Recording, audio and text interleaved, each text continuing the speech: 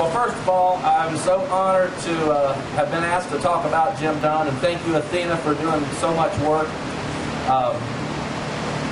My first thought was, all right, I get to talk about Jim Dunn. This is the first job I have ever been asked to do that there is no possible way I can screw it up. And you can't talk about Jim without putting on a little bit of attitude.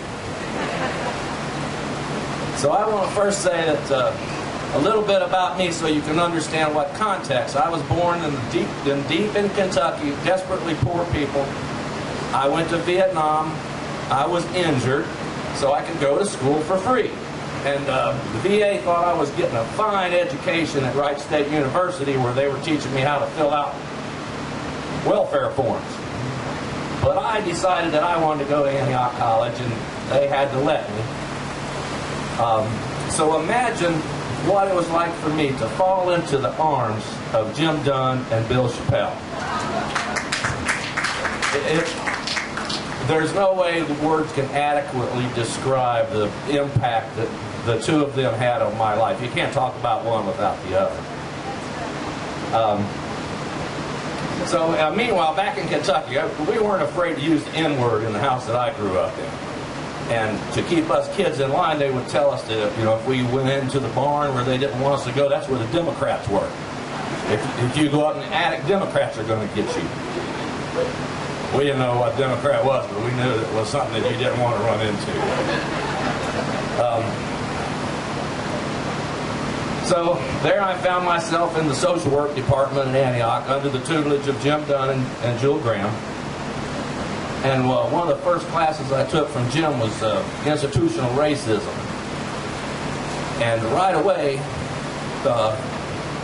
he said, I'm going to take you all to Freedom Land. And being from Kentucky, I didn't even know what county that was in. But when I started thinking about Jim, I had to think of him in the context of his ability as a community organizer, his ability as a teacher, his ability as a speaker, and his importance as a friend. So, as a speaker, I traveled with him a lot. I guess you could say I was a token white boy. And I liked the job, I did. But Jim would say things that would stick to people, like he'd say, most people say, I'll see it, I'll believe it when I see it. But Jim would say, that's just backwards. You see it when you believe it. And he believed that, and I do too. He said, don't give energy to foolishness. And after you were with him a little bit, you knew exactly what that meant. Because there is a line where the truth is. And you cross over that into where foolishness lives. If he saw you go in there, he had this way of looking over his glasses at you. Sort of let you know. Another one was he told this story about the captain of a ship out in the middle of the ocean. He says, I got some good news and some bad news. Good news is we're making real good time. The bad news is that we're lost. And he'd say, then that's where we are in this country today. We're making real good time, but we don't know where we're going. Jim was a great speaker. There was an incident, some of you might remember here back a couple of decades ago, some people of color were walking down Corey Street. A white driver sort of sideswiped, hit one of them. Didn't actually hurt anybody real bad, but it was an incident that got a lot of press in town, and Jim wasn't satisfied with the way it was going, and he called a meeting at Kelly Hall.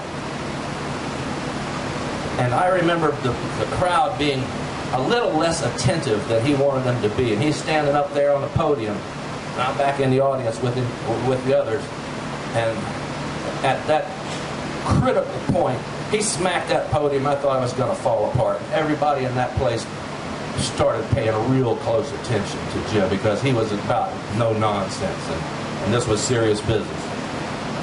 And he told everybody that was in his classes, I better see your face in there, in that audience. As far as his community organizing skills go, everybody, a lot of us know, remember Human, being Kenneth and Diana and a lot of others here were real active in Help Us Make a Nation. He put together this thing called a floating coffee house, which should have been called a floating King George Scotch house. But it was every other week we'd have a party at somebody else's house, and it wasn't a party as much as it was a venue to further humans' cause, which was addressing human dignity and civil rights and all of that. Humans sort of morphed into several things, AACW being one of them, People's Institute for Survival and Beyond, Diana, my own group, Tent City, which is about music and spreading the same message.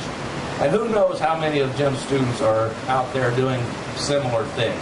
I told him once, he said, how'd I do? I said, Jim, you can't mess up nothing. It's like throwing a rock in the water. The ripples just go out and you just can't keep up with it.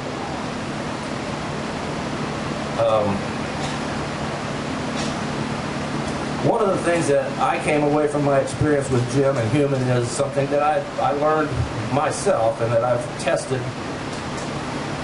You see often people who won't talk much about racism. They'll say, oh, I know, racism, yeah, I used to be a racist, but I studied that in school. What I've learned is white people generally can't overcome a racist attitude through intellect. It has to be emotional. They have to cry and or laugh and or get angry to get anything done. Thank you, Jim.